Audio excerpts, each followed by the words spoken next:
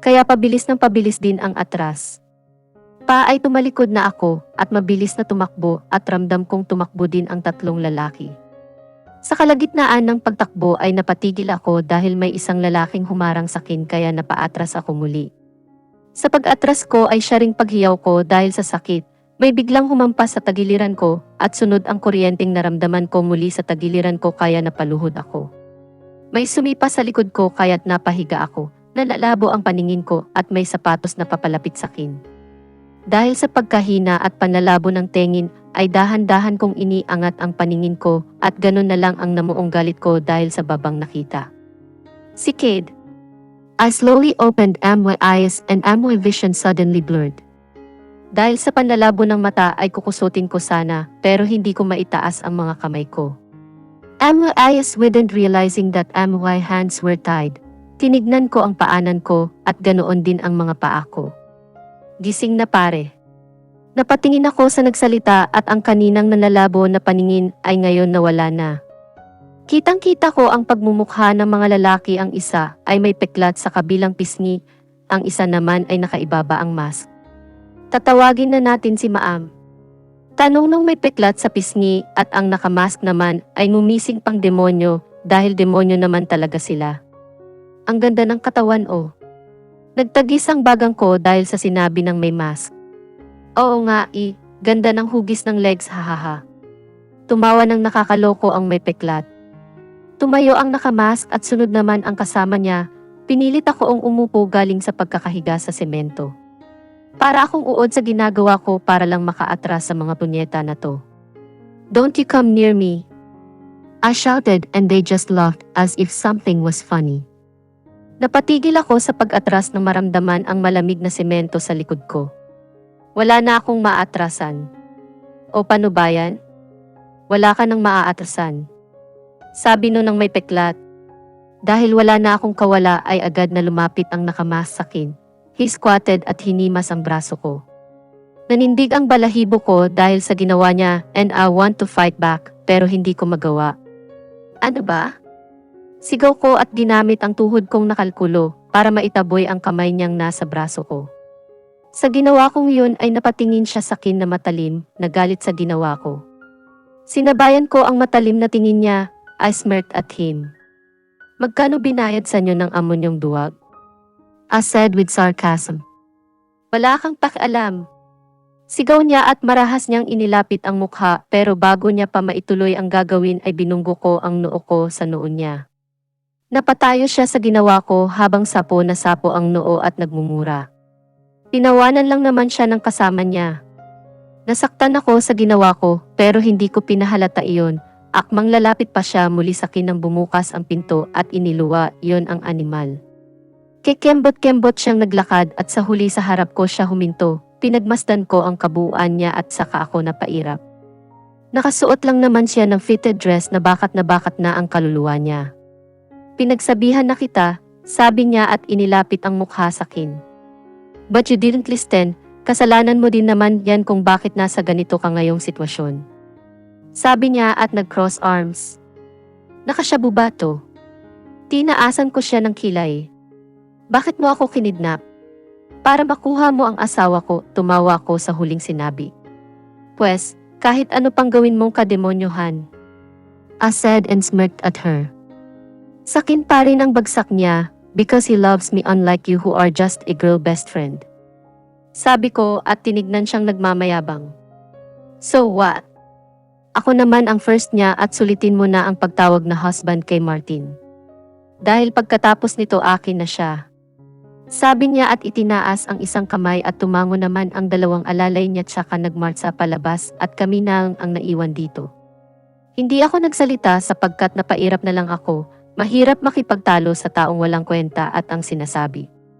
Naglakad-lakad siya sa harap ko at sa bawat hakbang niya at rinig mo ang tunog ng heels niya. Matisod ka sana. May kinuha siyang folder at inilabas niya ang laman na isang pirasong papel. Tinapon niya ng kung saan ang folder at iwinagayway niya ang papel sa harap ko at tinignan ko naman siya na parang sira ulo dahil sa ginagawa. Malala na siya.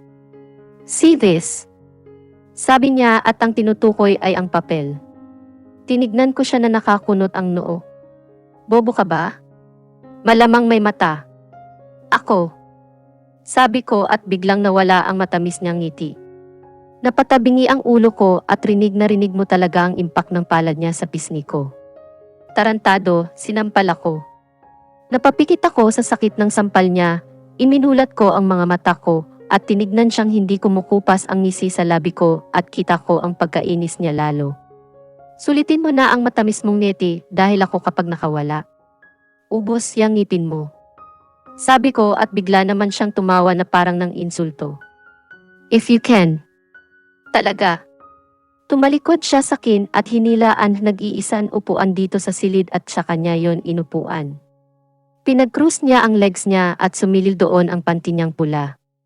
Napangiwi ako sa nakita dahil sa pandidiri, ang lantad-lantad naman talaga ng babaeng to.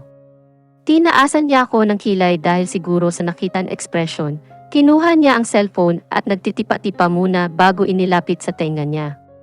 Ilang sandali pa at mumesi siya sa akin. Honey, Martin. Sabi niya. Parang sunog ang nararamdaman ko ngayon dahil sa sobrang init ng ulo ko sa babaeng to, bigla siyang tumawa. Don't worry honey, I didn't hurt her.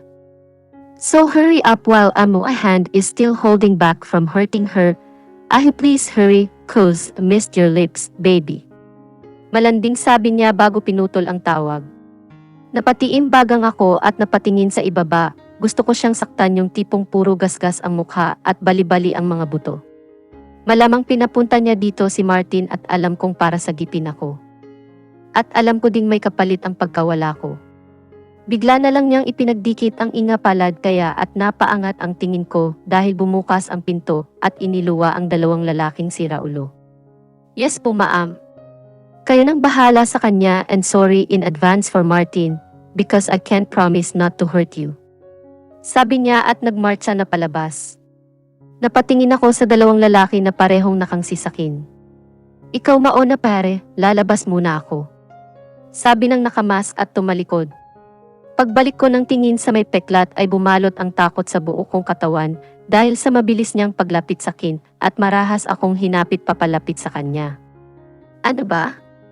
Lumayo ka sa akin. Sigaw ko at pilit na inilalayo ang mukha sa kanya.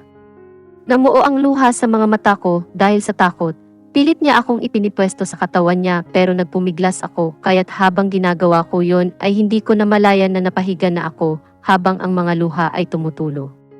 Martin, bilisan mo. Langya ang likot. Sigaw niya. Napatigil siya kaya kinuha ko na ang pagkakataon para matuhod siya sa gitna niya kaya napalayo siya sa akin habang sapo ang dalawa niyang kamay ang gitna niya. Nagsisigaw siya habang napapamura sa sakit. Nang makabawi siya sa sakit ay lumapit siya sa akin at itinaas niya ang kanyang isang kamay hudyat na sasaktan ako. Pumikit ako bago dumapo ang palad niya sa pisngi ko. Pre. Tama na yan, sabi ni Maam. Binuksan ko ang mga mata ko. At napatingin sa kasama niyang nakadungaw sa pinto. Nabunutan ako ng tinik dahil sa sinabi niya, tumingin ako sa lalaking nasa harapan ko habang umiiyak. Inambahan niya ako ng suntok bago tumalikod at umalis. I calmed myself and thinking kung paano ko masisira ang mga nasa paa at kamay ko para makawala. Even a little short of breath because of crying ay inilibot ko ang mga mata ko. My eyes were fixed at the broken glass at dali-dali akong kumilos kahit mahirap basta maabot ko lang iyon. Kaya mo yan, kunti na lang Irene. Napangiwi ako sa sakit at ngilo nang maramdaman kong dumiin ang lubid na nakapulupot sa paa ko. Tinignan ko yon at may dumadaloy na dugo, wala na akong oras para indahin ang sakit sa paa dahil dapat makawala ako dito. Tumulo ang muli ang luha ko dahil sa saya, dahil sa wakas ay nakuha ko na ang pinupunterya. Mabilis ang kilos ko at inuna ko ang mga lubid sa paa ko, itinaas baba ko yon para maputol ang lubid. Habang ginagawa yon ay ang pagtunog ng doorknob kaya napatingin ako doon. Bago pa bumukas ang pinto ay mabilis kong itinago sa likod ang isang pag-asa ko.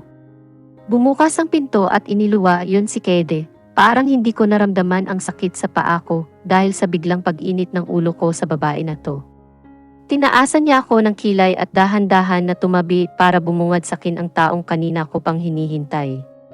Martin. Martin, mahinang sambit ko at gusto kong takbuhin ang pagitan namin para lang mayakap siya.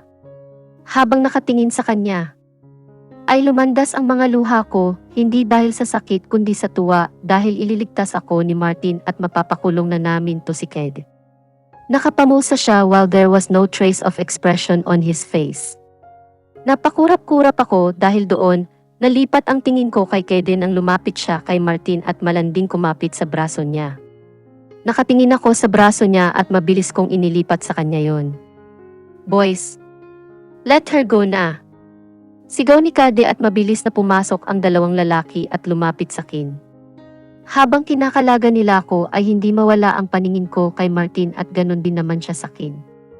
And the world seemed to stop when Kade suddenly kissed him, and I was expected him to push her, but not, because he put his hand on Kade's waist and responded to the kiss. Napakurap-kurap ako nang itayo na ako ng dalawang lalaki at saka sila tumalikod at lumabas.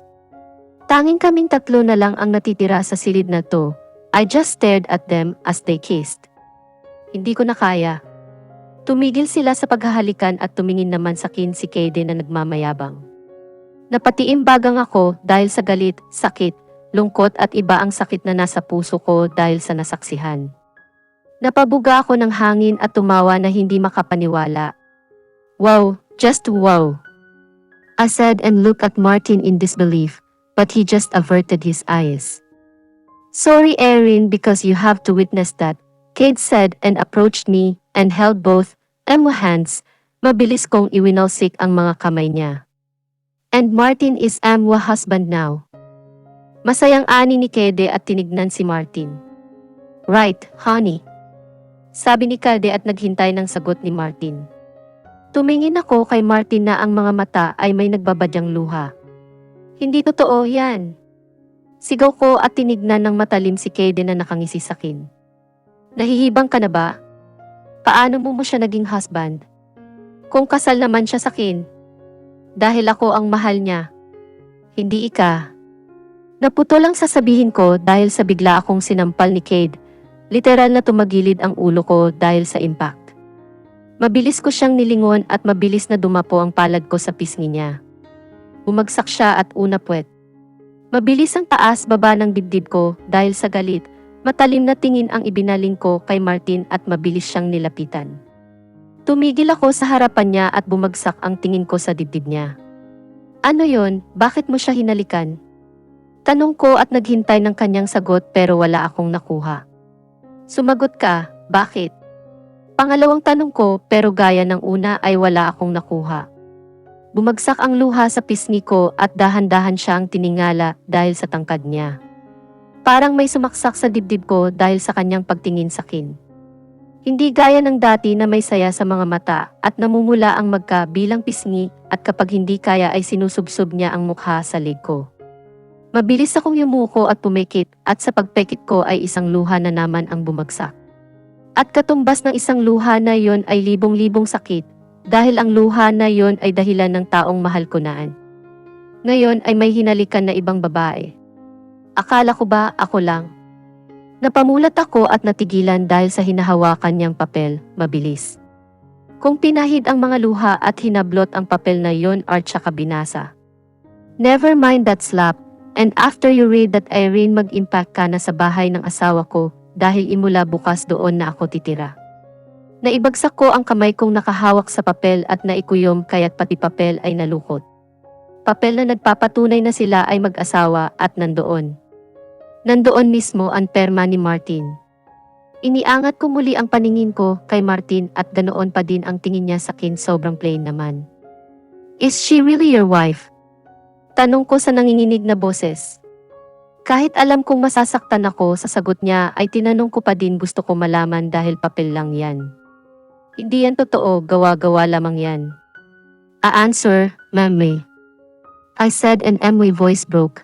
He slightly nodded. See. It was Kade and Hub Martin waste na noon ako ang gumagawa. Can you leave us? Martin said to Cade at nagdabog si Cade pero sa huli ay sumunod din. Sa pagsara ng pinto ay ganoon na lang ang paghagulgul ko ng iyak habang nakatingin kay Martin. Bakit? May mga anak ka. Sigaw ko at mabilis siyang sinampal. Tumabingi ang ulo niya at tinaas ko ang isang kamay ko para sampalin siya ulit nang mahawakan niya iyon bago pa dumapo sa pesngin niya. I'm sorry. Sabi niya at niyakap ako. I didn't answer, I was just crying while no strength. Habang sinusuntok siya, kinaka. I didn't answer, I was just crying while no strength. Habang sinusuntok siya, kinakapos ako ng hininga dahil sa pag-iyak. Bitiwan mo ako. Ano ba? Bitiwan mo ako. I shouted and pushed him. Dinuro ko siya habang siya ay nakatengin sa akin. Hindi ko malaman-laman kung anong emosyon ang ipinararating ng mukha niya. Pero niloko niya ako. Ang ugag mo, Martin, ang ugag-ugag mo. Huling sabi ko at tinalikuran siya. Pinihit ko pa bukas ang pinto at akmang lalabas ng manlambot at manghina ang mga tuhod ko kaya ay natumba ko. Pero may bisig na sumalo sa akin bago pa ako mawalan ng iyak.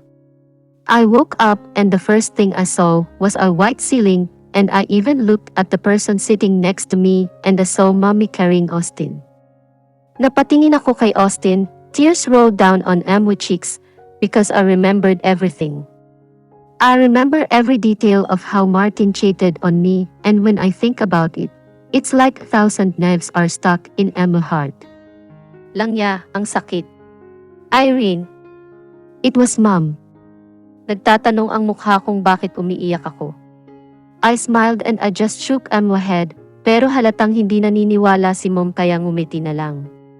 I got up and went straight to the bathroom. Napabuntong hininga ako at isinandal ang likod sa pinto kasabay din ng pagbagsak ko ng tengin sa salamin.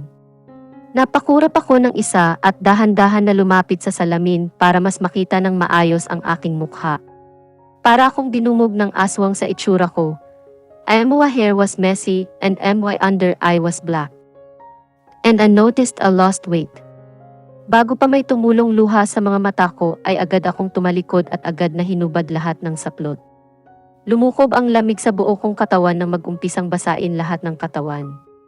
5 days has passed since it all happened and I hope panaginip lang lahat ng ito. Pero hindi humugot ako ng malalim na buntong hininga at binilisan ang paglinis ng katawan dahil pupuntahan ko pa si Leo at Abby na sa ospital pa rin.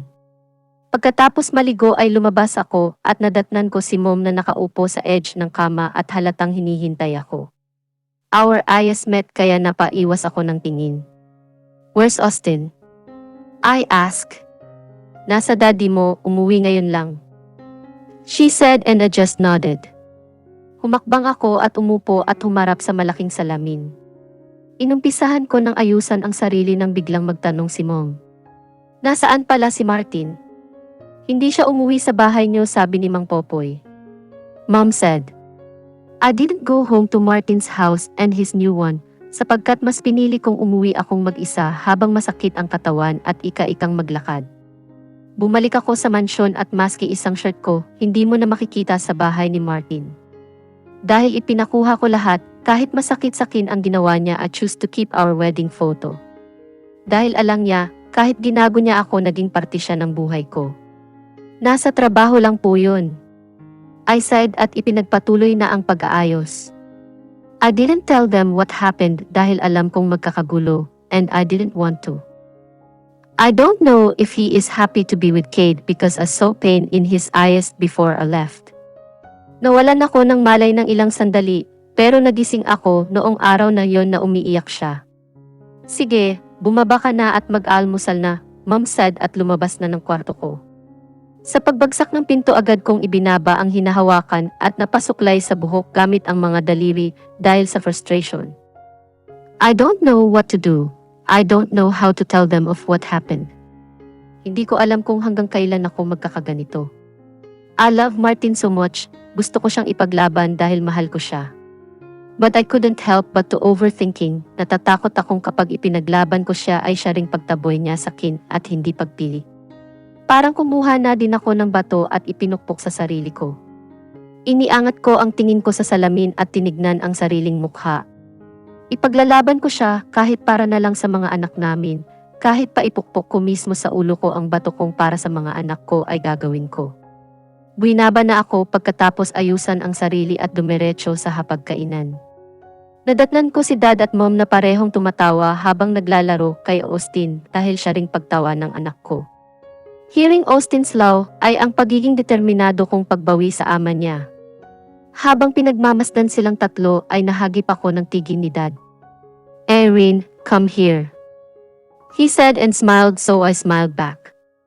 I sat in front of him at tinitignan niya bawat kilos ko. "I'm sorry kung wala ako palagi.